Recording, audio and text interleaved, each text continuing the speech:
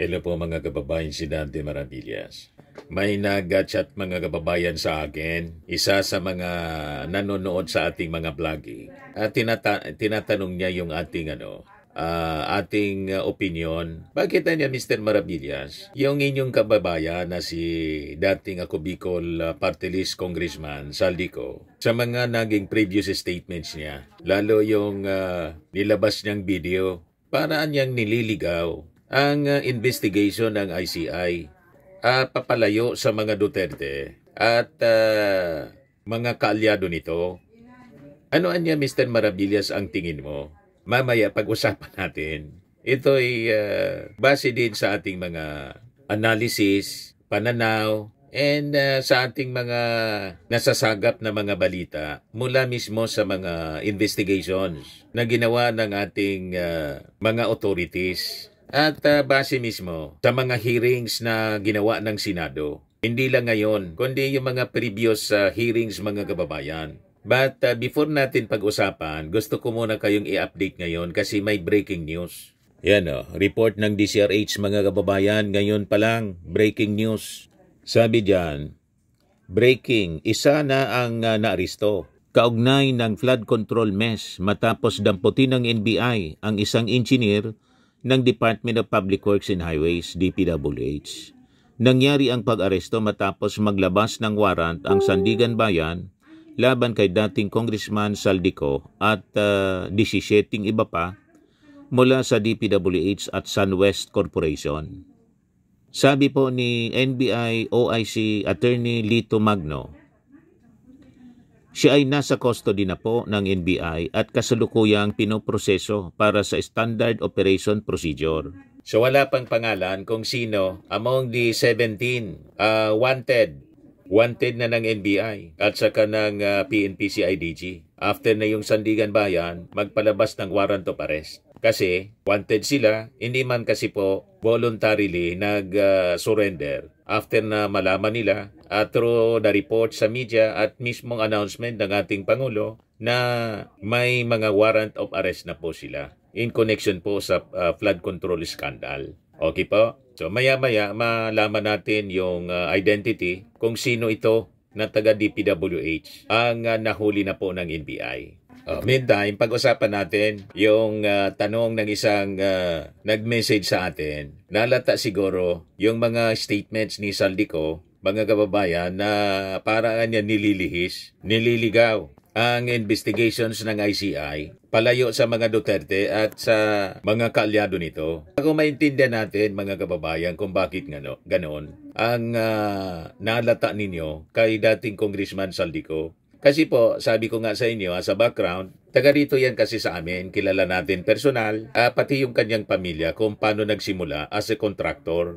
Yung kanyang pamilya, yung kanyang tatay, si Delfinco, matagal na po na contractor po sa DPWH. Panahon pa ni Ramos, doon nagsimula. Then nang mamatay yung kanyang tatay, siya na po yung nag-take over sa pamamahala. And lumaki mga kababayan as si government contractor. Spanning several administrations from Ramos, Gloria Macapagal Arroyo, kay Pinoy, lalo na po ng panahon ng previous administration, Duterte administration. Yung tutok ng investigasyon mga kababayan, ang utos ng ating Pangulo po, the past 10 years dito sa flood control. So maintindihan natin kung bakit mga kababayan, si Saldico, iniiwas niya sa previous administration. Una, tingin natin, baka na may kumausap sa kanya. Although di ba dati, nagkaaway na sila ni Sara Duterte. Nagbabanatan po sila nung chairman pa ng Committee on Appropriations. So tandang-tanda natin mga kababayan. Pero alam naman natin po na kahit nung previous administration, si Saldico po ay talagang nakakuha ng malalaking kontrata po, hindi lang sa Public Works, pati sa DepEd at sa DOH mga kababayan. Ayan report ito ng Philippine Star mga kababayan. Ayan Philstar Global, ex-DepEd Chief Briones, panahon nito ni Digong. Pero yung report, July 2025. Pero itong isyung ito, panahon ni Digong, kasi si Briones yung DepEd Secretary. ex-DepEd Briones chief, charged with graft falsification over 2.4 billion laptop deal. Ano? Billion din po siya, mga kababayan. Panahon ng pandemic, in a 106-page resolution dated July 4, the Ombudsman deemed there was probable cause to charge Briones and other DepEd officials with violating the Anti-Graft and Corrupt Practices Act and falsification in connection with the department's procurement of outdated laptops in 2021. Ang supplier nito, mga kababayan, yung Sunwest Construction ni Saldico. The Ombudsman found the officials acted in conspiracy to facilitate the overpriced procurement and give unwarranted benefits to the winning joint venture composed of Sunwest Construction and Development Corporation, LDLA Marketing and Trading Incorporated, and BST ACS Philippines Incorporated.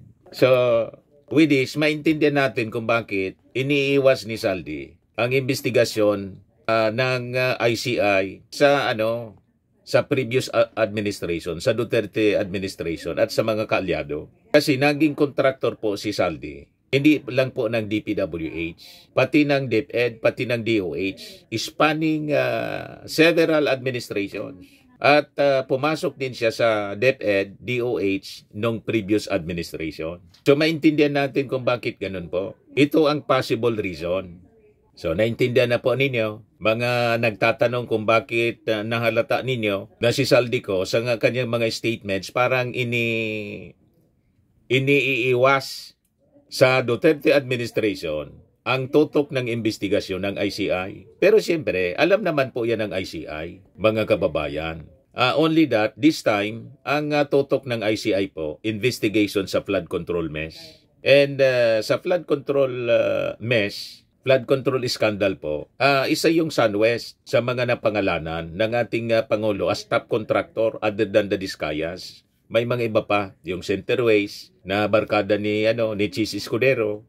15 top contractors, di ba? Yung mga na-mention ng ating Pangulo. And this time, ang nauna, mga kababayan, na na-file ng kaso sa Sandigan Bayan, na may warrant of arrest na nga po, si Saldico at yung 17 na mga officials ng DPWH at saka ng Sunwest Construction.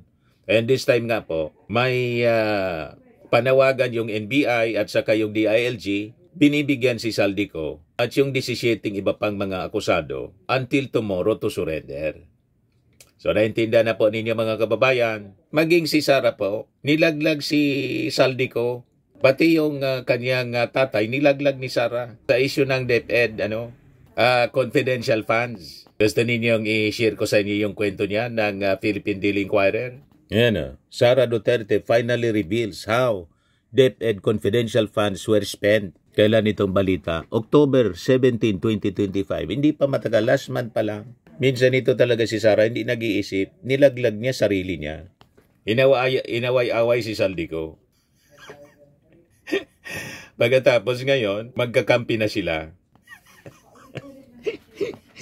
O, di ba? Kasi napakalaking kontraktor ni Saldico. At maraming kontrata, hindi lang sa public works ang pinasok ni Saldico. Panahon ng kanyang tatay. Kinonfirm mismo ni Sara Duterte. Pero ngayon, iwan ko, nagkausap siguro. Dapatan niya tayong magkakampi. Kaya biglang nagsalita, mga kababayan, 3-part video yung nilabas, mga kababayan, ni Saldico. Kasi naipit po yung tao. Ito yung kwento. Confirmation mismo ni Sara Duterte. Sabi niya, Vice President Sara Duterte said, the confidential funds allocated to DepEd were used to investigate alleged rampant corruption in the agency she previously headed, including the 2.9 billion deal for outdated and overpriced laptops. Ito po yung laptops na ang supplier, si Saldico.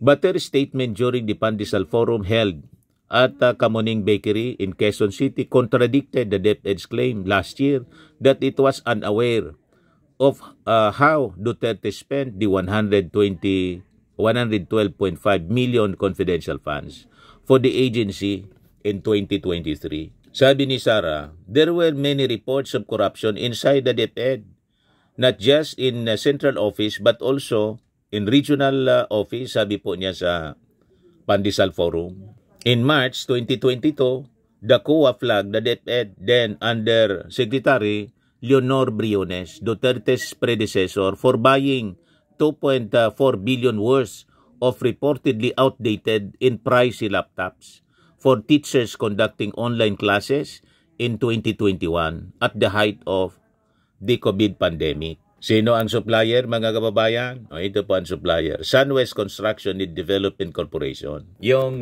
company linked to Saldico. So, dito natin maintindihan kung bakit ganon ang inyong observation po, mga kababayan, na si Saldico parang nililihis ang investigasyon sa previous administration. Kasi ang dami niyang mga kontrata sa previous administration, pero hindi lang sa previous administration, kundi mula pa noong panahon ni Ramos, ni Gloria Macapagal-Arroyo, ni Pinoy, kasi matagal na silang contractors. Panahon ni Digong at hanggang ngayon, mga kababayan, sa panahon ng ating Pangulong Bongbong Marcos. Hindi nagustuhan ng ating Pangulo yung mga nangyari kasi na-discover niya ang daming anomalya doon sa implementation ng mga flood control projects na naglagay sa peligro po sa buhay ng ating mga mamamayan. You see? Ito nga po. Kailan ito? February 12, report ng GMA News 2024. Si Senator Villanueva. Senator Villanueva hits back at Saldico. Your company is linked to formerly DepEd laptop controversies. So hindi lang sa sa DepEd, pati sa Farmally, yung sa DOH naman po. So basahin natin yung report dito. Sabi dito, Senate Majority Leader Joel Villanueva hit back at House Appropriations Committee Chairman Saldico as the word war between the two houses of Congress due to the controversial People's Initiative continues. Villanueva delivered a privileged speech during the Senate session after Co brought up last week an ombudsman case which the congressman claimed resulted in the senator's supposed perpetual disqualification. Sabi ni Villanueva, Mr. President, 2019 pa po, panahon ni Digong, dinismiss ang kasong ito na pinaparatang sa atin. Nag-research at nag-aral po ako, nag-akusa sa atin. Mr. President, Villanueva then brought up Co's supposed links to Sunwest Corporation, a company allegedly owned by the congressman, which the senator described as one of the biggest government contractors in the country, as well as the firm's supposed involvement in controversial Farmary deal and the Department of Education laptop deal. So now, naintindihan na po ninyo, mga kababayan, kung bakit ganon yung mga nakikita ninyo po na behavior po ni Saldico, na sabi ninyo po, paraan niyang nililihis ang investigasyon ng ICI ilalayo sa mga Duterte at mga kaalyado. Yun po ang possible reason po. Marami siyang kontrata kasi. Hindi lang sa DPWH, kundi pati sa DepEd, pati po sa DOH. Nag-expand po siya ng negosyo. So, the possible motive para i-distract ang publiko, mga kababayan, i-divert an investigation palayo sa mga Duterte at mga kaalyado. At siyempre, may negosyo siya sa DPWH, sa DepEd, nagkakontrata, pati sa DOH. Maybe, siyempre gusto niya ding proteksyonan yung mga contacts niya, business associates, ika nga, yung nagbigay ng kontrata sa kanya. That is a normal behavior, mga kababayan, di ba? Kung sino yung mga business associates mo, siyempre ayaw mo ding ilaglag. Bibigyan mo ng proteksyon. So doon na mga kababayan, sa mga negosyong yan, yumaman ng todo si Saldico. As admitted, mga kababayan, ng mismong abogado niya, nang tanungin sa isang press con tungkol sa kanyang SALN. Si Atty. Rondain, sabi ni Atty. Rondain sa press con niya, nang tanungin kung magkano ang yaman, net worth ni Saldico, 4.1 billion na niya. Kasi matagal na niya siyang kontraktor. So yun ang pag-amin, mga kababayan, ng mismo niyang abogado. So naintindihan na ninyo pa, kung bakit nililihis ni Saldico sa mga Duterte ang investigasyon. Kasi po, kabikalbilaan yung kanyang kontrata during the previous administration. At marami sa mga deals niya, kini-question ngayon po. That includes yung Farmally deal, that includes yung laptop sa DepEd. Pero siyempre ang pinakang malaki na questionable, ito nga po nasa flood control projects na nadiscover mismo ng ating Pangulong Bongbong Marcos doon sa sumbong sa Pangulo. After ng kanyang SONA na maya naman kayo.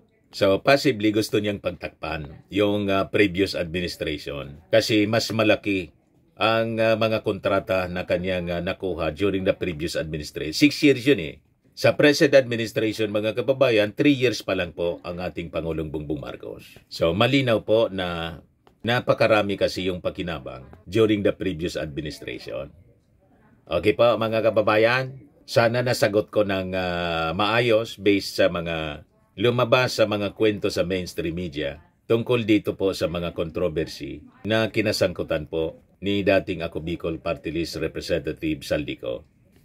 Ayos! Ito yung panawagan po ni Attorney NBI OIC Director Attorney Lito Magno.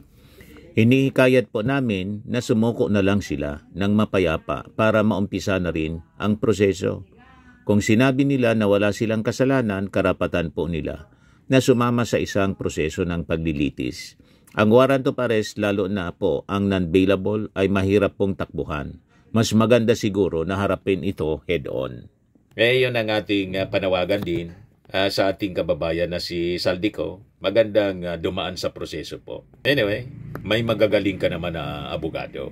Di ba? Sa mga naghanap ng malinis and spacious fitness gym, pumunta lang po kayo sa aming Colossal Fitness Gym. We also offer Grab Car Rental with our brand new 2023 model ng Toyota Innova. We also accept booking for those who are planning to travel via PAL, Cebu Pacific, and other airline companies, local and international, and bills payment for Meralco Bills, PLDT, Aleco Bills, etc. Ang Colossal Fitness Gym is located at 3rd floor Security Bank Building, Landco Business Park, Legazpi City, Albay. For inquiries, look for Chilon Maravillas. Contact number 0966-802-0949. Yan yung aming Innova. Lagi na pong matao sa amin.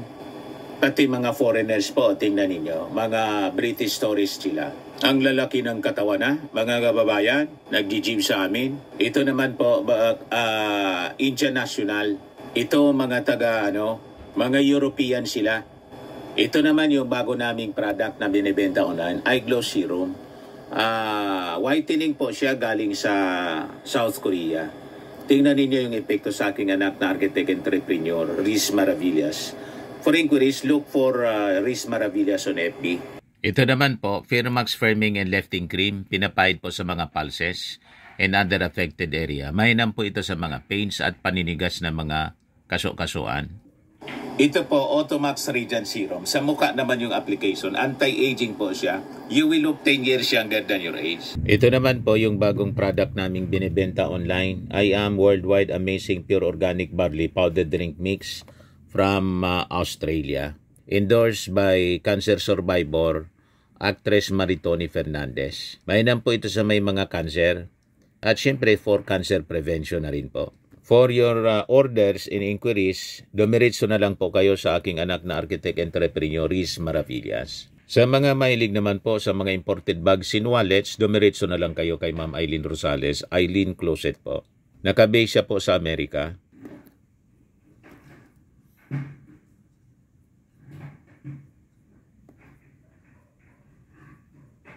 Sa mga mahilig naman po sa spa, try nyo po sa Pamper City by OMG, your luxury escape. Matatagpuan po sa Asiana City, Parañaque City, Metro Manila. May 50% off pala. Glowing face services. Yan .